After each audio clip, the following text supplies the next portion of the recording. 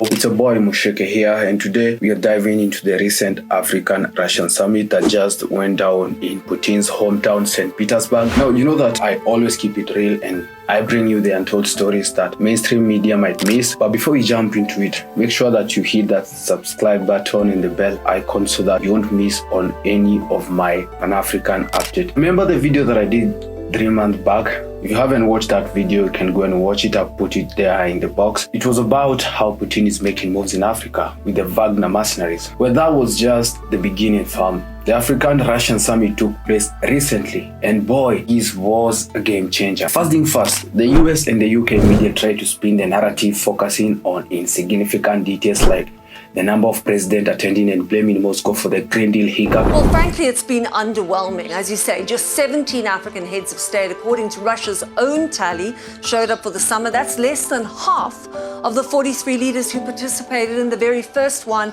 in 2019. And the list of notable absentees includes some very heavy hitters: Nigeria, Kenya, Democratic Republic of Congo, Rwanda, Zambia.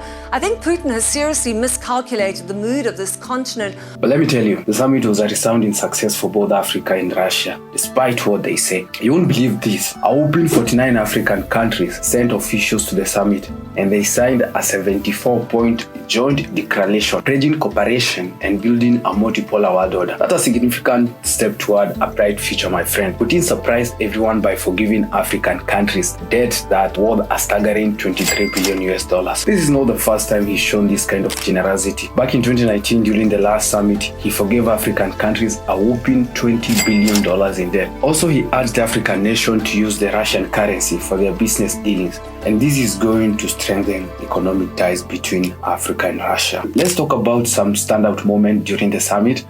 Zimbabwe's President Mnangagwa, a true leader of resilience, received a presidential helicopter as a token of appreciation from Putin. I think it's because he scored Putin on how to survive the West sanction. Zimbabwe strongly opposes the use of sanctions as a foreign policy tool which undermines the sovereignty of nations.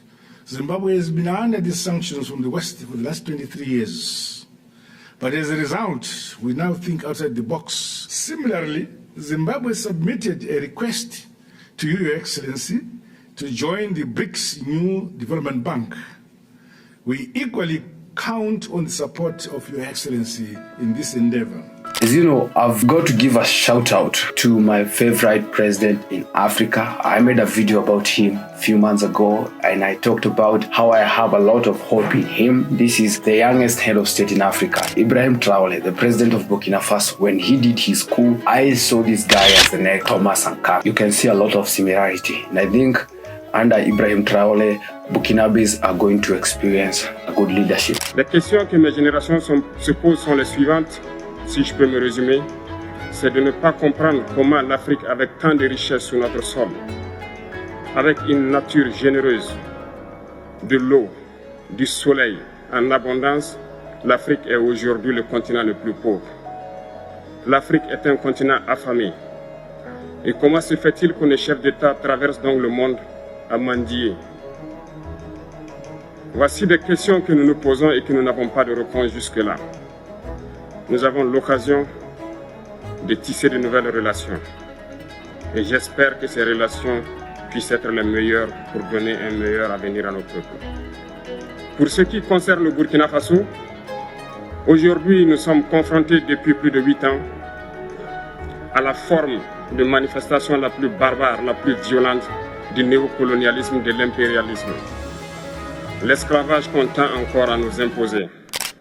You know how it goes, right? The Western media cannot help but downplay the significance of this summit. They are so busy focusing on insignificant stuff that they miss the bigger picture. But you are not buying into that narrative, my people. By the way, Kenya was not in attendance, but hold on, there was a good reason. The Kenyan president has been vocal about his stance on the Russian-Ukraine war, although down low, he has been condemning the Russian action. Instead, he decided to spend his time with the US Secretary of State, Antony Blinken. Let me just tell you something that is going to excite you. We are entering the African era of world history. Just like China rose to greatness, Africa is next in line. And even China knows it. Of course, the West will try to stop our rise, but altogether, we are unstoppable. That's all for today, fam. Thank you for tuning in to Musheke Speaks. Don't forget to like this video, share it with your fellow Pan-Africanists, and leave your thoughts on the comment below.